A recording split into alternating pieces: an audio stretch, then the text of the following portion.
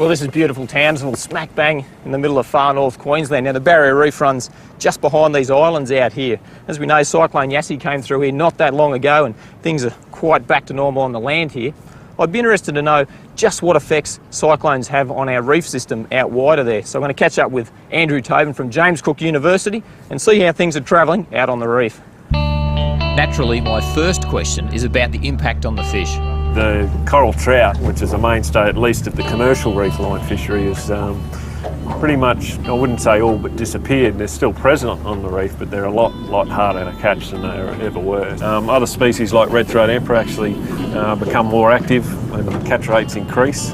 So for fisheries like the recreational fishery or the charter fishery, they're not so impacted by cyclone events. They continue with their usual activities without detrimental effect. As it currently stands, there's a lot of examples of the reef being able to regenerate itself. The fish are still there.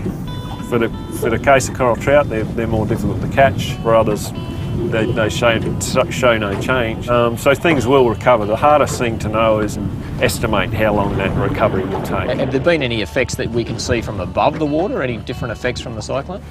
Yeah, there is, and it's been quite unique, again, in the area east-northeast of Bowen that was physically impacted by Hamish in 2009. There was a lot of broken coral in that area, but nothing above the waterline at that stage. And then Yassi has come through and picked up all that broken coral and piled it up and created a couple of dozen new coral cays.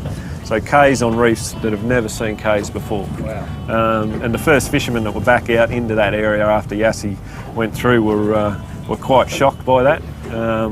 They initially thought there was a whole bunch of other boats around on the horizon of where they were, and as time went on they realised that no, they were actually cays, new cays that had been formed. So will they continue to grow and as more, I guess, particles and sediments and pieces of reef get washed up against those cays? Yeah, it's very possible. I mean, the other thing that can happen, even though it's quite large chunks of coral at the moment, through wave action and time, that they'll be worn down into reasonably fine sand, and we'll end up with some nice actual sandy cays there rather than coral rubble cays.